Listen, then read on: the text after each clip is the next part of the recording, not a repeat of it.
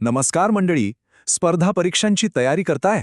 मग मराठी व्याकरण हा विषय किती महत्त्वाचा आहे हे वेगळं सांगायला नको. आणि त्यातही समानार्थी शब्दांनी अनेकांना घाम फोडलेला असतो. पण काळजी नसावी, कारण आज आपण याच विषयावर लक्ष देणार आहोत, जेणेकरून परीक्षेतले हक्काचे गुण अजिबात सुटणार नाहीत. तर मग प्रश्न हा आहे की परीक्षेत हमखास गुण मिळवायचे कसे? याचं एक सोपं उत्तर आहे, समानार्थी शब्दांवरची पकड घट्ट करून. हो, मला माहिती आहे, हे शब्द कधीकधी थोडे अवघड वाटू शकतात, पण माझ्यावर विश्वास ठेवा, योग्य पद्धत वापरली ना की हे अगदी सोपं होऊन जातं. चला तर मग तीच पद्धत शिकून घेऊया. आता बघा, एक मोठीची मोठी लिस्ट घेऊन शब्द पाठ करत बसणं किती कंटाळवाणं आहे ना, नाही का? त्याऐवजी आपण एक सोपी ट्रिक वापरणार आहोत. आपण शब्दांना त्यांच्या कॅटेगरीनुसार म्हणजे विषयानुसार ग्रुपमध्ये विभागणार आहोत. आणि सुरुवात करूया आपल्या निसर्गापासून. असं केल्याने शब्द लक्षात ठेवणं खूप सोपं होतं. चला सुरुवात करूया एका अगदी सोप्या आणि महत्त्वाच्या शब्दाने, पाणी. निसर्गातला हा एक इतका मूलभूत घटक आहे की परीक्षांमध्ये यावर आधारित प्रश्न वारंवार विचारले जातात. आता या लिस्टमध्ये जीवन हा शब्द बघा. आपल्याला वाटतं जीवन म्हणजे फक्त आयुष्य, बरोबर? पण नाही, त्याचा एक अर्थ पाणीसुद्धा आहे. आणि परीक्षक नेमका हाच डाव टाकतायत आपल्याला गोंधळात पाडण्यासाठी. त्यामुळे हा पॉइंट लक्षातच ठेवा. जल, उदक, नीर हे तर आहेतच, पण जीवन हा शब्द खूप महत्वाचा आहे. आता पुढचा शब्द आहे चंद्र, आणि हा तर परीक्षकांचा अगदी आवडता विषय आहे असं म्हणायला हरकत नाही. तुम्ही पोलीस भरतीची तयारी करत असाल किंवा TCS, IBPS पॅटर्नच्या परीक्षा देत असाल, चंद्रावरचा प्रश्न दिसणारच. त्यामुळे या शब्दाकडे आपल्याला विशेष लक्ष द्यायचं आहे. चंद्राची ही सगळी नावं आहेत. यातले अनेक शब्द खूप काव्यात्मक आहेत. उदाहरणार्थ निशानाथ. निशा म्हणजे रात्र आणि नाथ म्हणजे स्वामी. रात्रीचा स्वामी. किती सोपं झालं लक्षात ठेवायला, नाही का? असा अर्थ समजून घेतला की शब्द आपोआप डोक्यात फिट बसतात.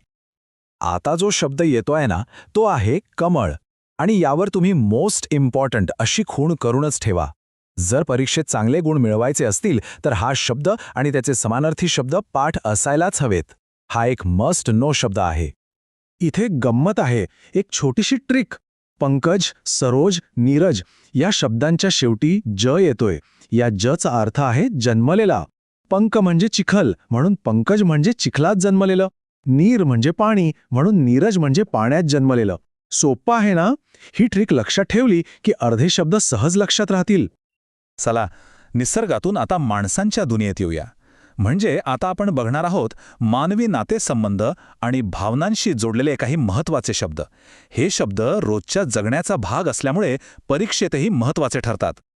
इथे आपण मित्र आणि शत्रू या दोन विरुद्ध शब्दांची तुलना करतोय. मित्र या शब्दाचे समानार्थी शब्द आपल्याला माहीत असतात, स्नेही, दोस्त, सखा. पण खरी गंमत आहे शत्रूच्या समानार्थी शब्दांमध्ये. अरी आणि रिपू हे शब्द थोडे वेगळे आहेत आणि म्हणूनच परीक्षेत जास्त विचारले जातात. तर यावर विशेष लक्ष द्या. आता पुढचा शब्द आहे आई. या शब्दाबद्दल काय बोलायचं? आपल्या सगळ्यांच्याच भावना याच्याशी जोडलेल्या आहेत आणि म्हणूनच परीक्षेच्या दृष्टीनेही हा एक खूप महत्त्वाचा शब्द आहे. या प्रत्येक शब्दात एक वेगळी छटा आहे.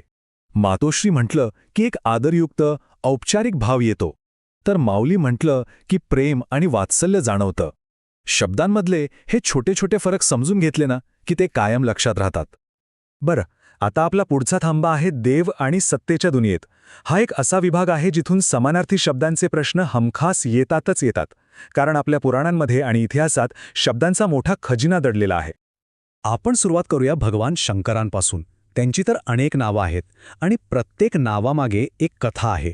त्यामुळे परीक्षकांसाठी समानार्थी शब्दांचे प्रश्न तयार करायला हा एक हक्काचा विषय आहे. यातील काही नावांचा अर्थ तर खूपच रंजक आहे. उदाहरणार्थ नीळकंठ. समुद्रमंथनाच्या वेळी त्यांनी विष प्राशन केलं, त्यामुळे त्यांचा कंठ निळा झाला. आणि त्र्यंबक म्हणजे 3 डोळे असलेला. अर्थ समजला की शब्द पाठ करायची गरजच पडत नाही. ओके, देवांकडून आता सत्तेकडे वळूया.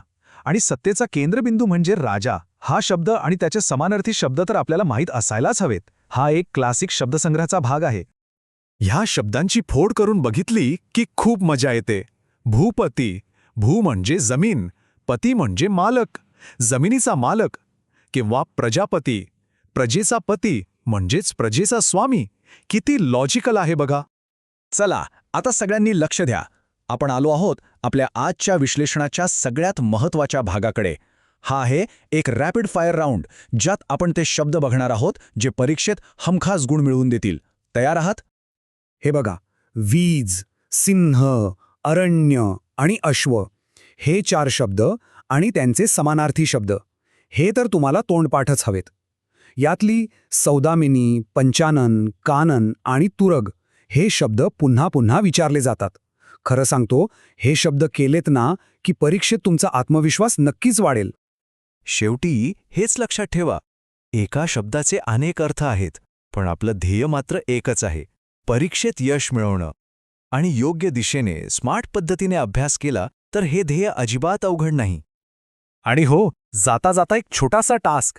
आज आपण जे नवीन शब्द शिकलो त्यातला कुठला तरी एक शब्द आजच्या दिवसभरात बोलताना किंवा लिहिताना नक्की वापरा, कारण ज्ञान वापरल्यानेच ते आपलं होतं. तर मग अभ्यास करत रहा, यश तुमचंच आहे.